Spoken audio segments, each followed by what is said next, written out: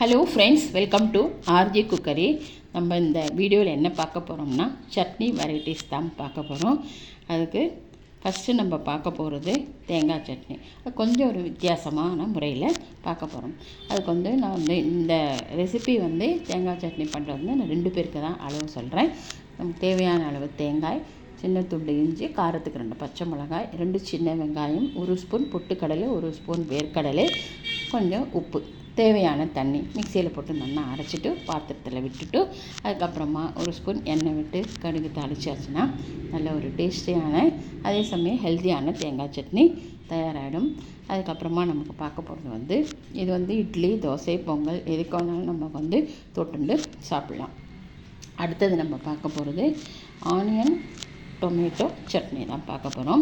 அதுக்கு கடாயில் 2 ஸ்பூன் எண்ணெய் விட்டுட்டு ஒரு வெங்காயம், பெரிய சைஸில் ஒரு வெங்காயம் எடுத்து கட் பண்ணிவிட்டு, வெங்காயம் நல்லா வதங்கினப்புறம் 2லேருந்து 3 நிமிஷம் வெங்காயம் நல்லா வதங்கின அப்புறமா தக்காளி நான் 2 தக்காளி எடுத்திருக்கேன். அந்த 2 தக்காளியும் போட்டுட்டு அதுக்கப்புறம் காரத்துக்கு நான் 2 மிளகாய் தான் எடுத்திருக்கேன். காரத்துக்கு கொஞ்சம் ஒரு 1/4 ஸ்பூன் பெருங்காயப்பொடி போட்டுருவோம். அதுக்கப்புறமா கொஞ்சம் உப்பையும் போட்டுட்டு பூண்டு நான் 4 பல் பூண்டு வச்சுருக்கேன். பூண்டு வேண்டாதவா பூண்டு சேர்க்க வேண்டாம். என்னென்னா வதக்கிட்டு தட்டில் போட்டு ஆற வச்சுட்டு இதுக்கு தண்ணி விடணுமே அவசியம் இல்லை. ஏன்னா தக்காளியில் வெங்காயம் தண்ணி இருக்கும்.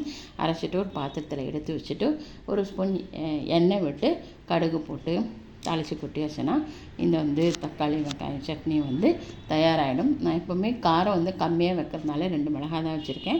இது காரம் அவ்வளவா டேஸ்ட்டுக்கு தகுந்த மாதிரி வச்சுக்கலாம்.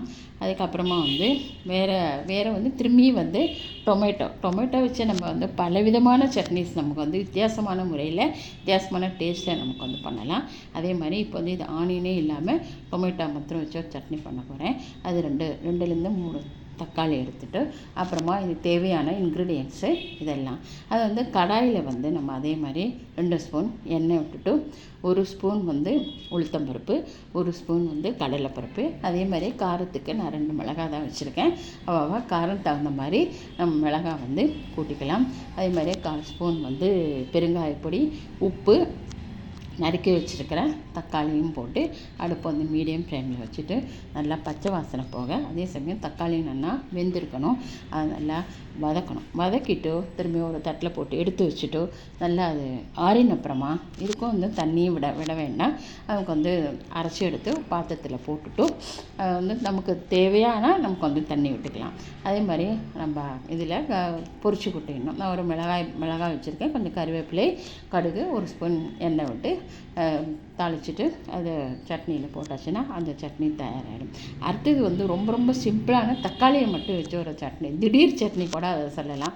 அதே மாதிரி நம்ம தேவையான தக்காளி எடுத்துக்கணும்.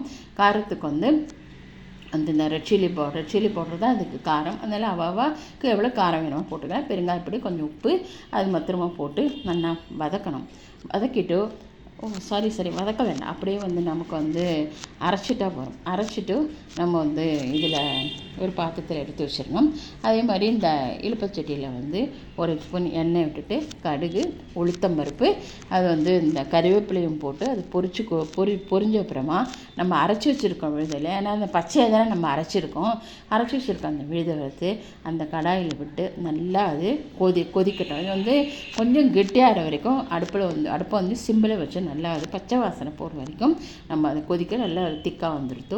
இது நம்ம பாத்திரத்தில் விட்டுட்டு இது முன்னாடியே நம்ம பொரிச்சு கொட்டியாச்சுனால பொரிச்சு கொட்ட வேண்டாம். பாத்திரத்தில் விட்டு நம்ம எடுத்தாச்சுன்னா அதுவும் நல்ல ஒரு வெறும் தக்காளி சட்னி தயாராகிடும். இது நம்ம அடுத்தது தேங்காய் சட்னி. இது வேறு வித்தியாசமான முறையில் பண்ண போகிறோம். தேங்காய், கொஞ்சம் புளி, காரத்துக்கு பச்சை மிளகாய், இஞ்சி, கறிவேப்பிலை, பொட்டுக்கடலை 2 ஸ்பூன், கொஞ்சம் உப்பு. இதே மாதிரி நான் இதில் சொன்ன ரெசிபிஸ் எல்லாமே 2 பேருக்குள்ள அளவு தான் நான் சொல்லியிருக்கேன். தேவையான தண்ணி விட்டு அரைச்சாச்சுன்னா தேங்காய் சட்னி தயாராகிடும். அதுக்கப்புறமா நமக்கு தேவையான தண்ணி விட்டு நம்ம அட்ஜஸ்ட் பண்ணிக்கலாம். அதே மாதிரி கடாயில் 1 ஸ்பூன் எண்ணெய் விட்டுட்டு அதுக்கு கடுகு அது மாதிரி பொரிச்சு கொட்டியாச்சுன்னா சிம்பிளான தேங்காய் சட்னியும் தயாராகிடும். இந்த சட்னி நான் இந்த சொன்ன ரெசிபிஸ் எல்லாமே இட்லி, தோசை, பொங்கல் எதுக்கு வேணாலும் நம்ம தொட்டுண்டு அடை எதுக்கு வேணாலும் நம்ம தொட்டுண்டு சாப்பிட்லாம். இது தேங்காய் சட்னி அதுவும் நமக்கு தயாராகிடுது. கடைசியாக வந்து கொத்தமல்லி சட்னி தான் நம்ம அடுத்தது வந்து பார்க்க போகிறோம். அது வந்து கொத்தமல்லி சட்னி எப்படி பண்ணுறதுன்னு பார்க்கலாம். தேவையான கொத்தமல்லி நல்லா க்ளீன் பண்ணி வாஷ் பண்ணி வச்சுருக்கேன்.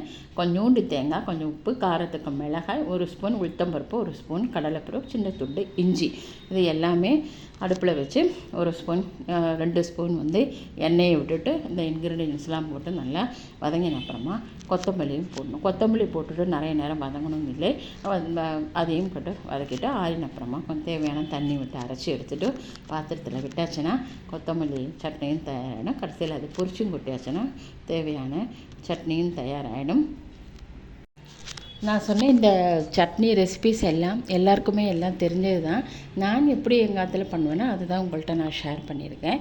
இப்போது நியூ வியூவர்ஸ், புதுசாக என்னோடய சேனலை பார்க்குறவாளுக்கு இது பிரயோஜனமாக இருக்குன்னு நினைக்கிறேன். இப்போ புதுசாக சமைக்க வர குழந்தைகளுக்கு எல்லாருக்குமே சட்னி என்ன பண்ணுறது, இன்றைக்கி என்ன சட்னி பண்ணுறது, ஏதாவது படிக்கலான்னு சொல்லிட்டு புதுசாக வரவா இல்லையா, அவளுக்கும் நான் இந்த போட்டிருக்கிற வீடியோ வந்து ரொம்ப பிரயோஜனமாக இருக்குன்னு நினைக்கிறேன். Thank you. Please subscribe my channel. உங்களுக்கு டைம் கிடைக்கும்போது வீடியோ பாருங்க. சப்ஸ்கிரைப் பண்ணாதவா சப்ஸ்கிரைப் மை சேனல். தேங்க்யூ.